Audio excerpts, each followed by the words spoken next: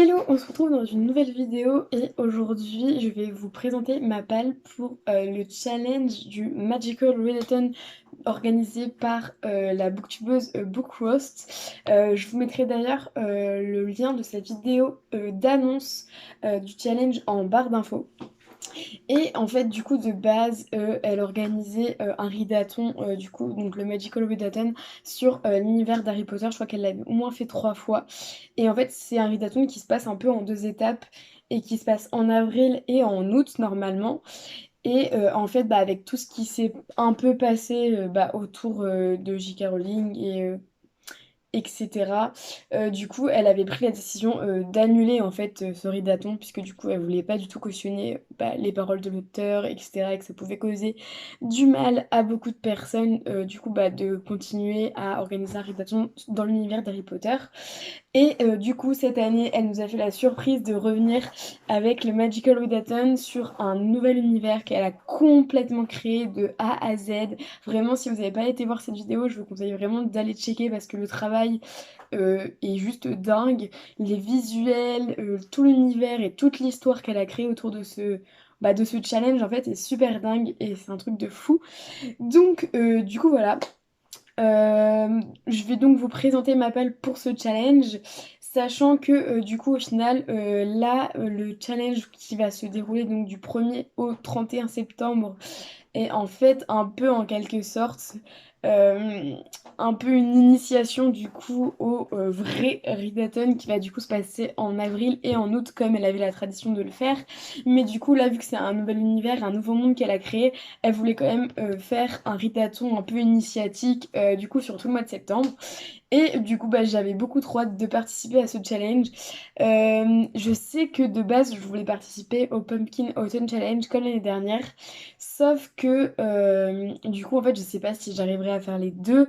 Sachant que, du coup, je trouve que le Pumpkin Autumn Challenge, c'est vraiment trop cool. Mais c'est vrai que ça s'étale vachement sur le temps parce que ça dure tout le temps d'une saison. Et j'ai remarqué que les challenges qui durent très longtemps, bah en fait au bout d'un moment ça me met mal parce que je me mets trop la pression et que bah du coup après je tombe facilement dans une panne de lecture et du coup je sais pas encore si je participerai au Pumpkin Autumn Challenge.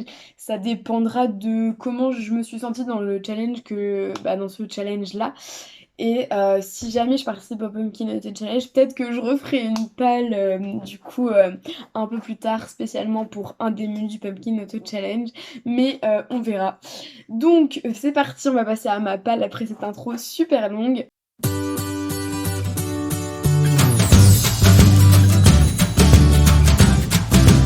Mais du coup, c'est parti. Donc le premier prompt, donc la première catégorie, il faut lire un livre avec une carte.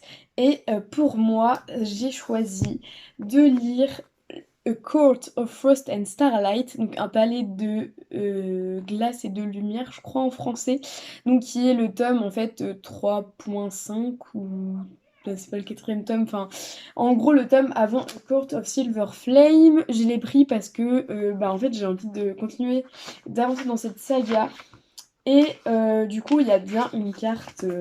Voilà. Et en plus, je me dis qu'il est assez court. Du coup, c'est plutôt pas mal parce que vu qu'il y a quand même 7 catégories, donc 7 livres à lire sur un mois, je me dis qu'un petit livre comme ça peut pas mal m'aider. Donc voilà pour cette première catégorie. Ensuite, le deuxième prompt, c'est de lire un livre qui est dans le top de notre pile à lire ou un livre qui nous donne vraiment très très très très envie. Et pour moi, c'est Get a Life Chloé Brown, pardon.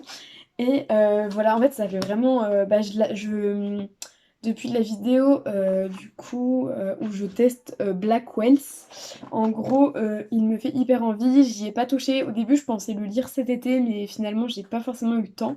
Donc, je me dis que ça peut être cool parce qu'en plus, des fois, en septembre, il y a des moments où il fait très beau, très chaud, et du coup, bah, ça coupera un peu entre deux gros livres de fantasy. Donc, voilà. Et en plus, j'ai très, très, très hâte de commencer cette saga des Brown Sisters. Donc, voilà.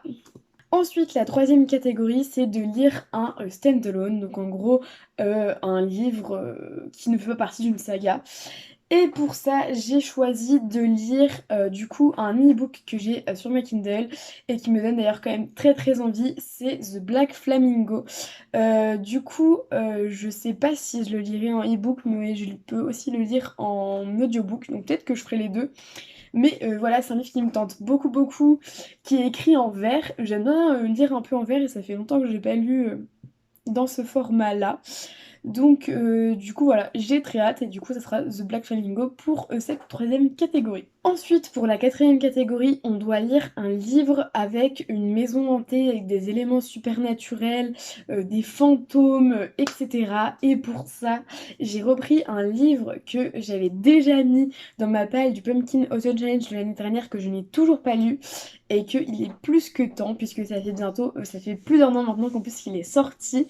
Euh, et il s'agit non plus que de La Neuvième Maison de Lise Verdugo, donc publiée aux éditions de Saxus, que j'avais acheté du coup l'été dernier, que je n'ai toujours pas lu. Et bah, je me dis quoi de mieux que ce challenge pour enfin le lire, surtout que bon, tout le monde l'a déjà lu. En plus, du coup, je suis assez contente parce que, en fait, j'avais hésité à le commencer l'année dernière parce que je ne connaissais pas du tout la plume de Liv Bardugo. Mais cette année, vu que j'ai lu toute la saga Grisha et que j'ai aussi lu le premier tome de Six of Crows, et ben, je suis assez familière quand même avec la plume de Liv Bardugo. Et du coup, là, vu qu'en plus il est en français, je me dis que ça va passer assez bien. Et en plus, ça va bien me mettre dans le thème un peu de Halloween, etc. Donc j'ai très très hâte. Même si j'ai un petit peu peur parce que j'ai vu qu'il y avait quand même pas mal d'avis sur le fait que c'était assez lent comme lecture. Mais je me dis que vu que c'est en français, ça passera quand même. Donc voilà pour cette catégorie. Ensuite, pour la cinquième catégorie, alors là, je suis pas encore tout à fait décidée. En fait, j'ai deux options. Mais en gros, il s'agit de lire un mystery ou un thriller. Et alors au début je pensais, donc là ça sera forcément un audiobook je pense, puisque en fait j'ai soit en tête Ace of Spades qui est sorti il y a pas très longtemps, ou alors un livre qui me fait vraiment envie, mais là du coup c'est dans une saga donc je ne sais pas trop. Mais ce serait A Good Girl's Guide to Murder. Je crois que c'est ça le titre. Mais du coup voilà, donc ça sera soit entre ces deux-là. Je ne sais pas trop encore lequel je choisirai. Mais du coup voilà, ce sont mes deux options on va dire. Donc l'avant-dernière catégorie c'est de lire un livre qu'on pense qu'on va lui donner 5 étoiles. En gros c'est de lire un futur coup de cœur.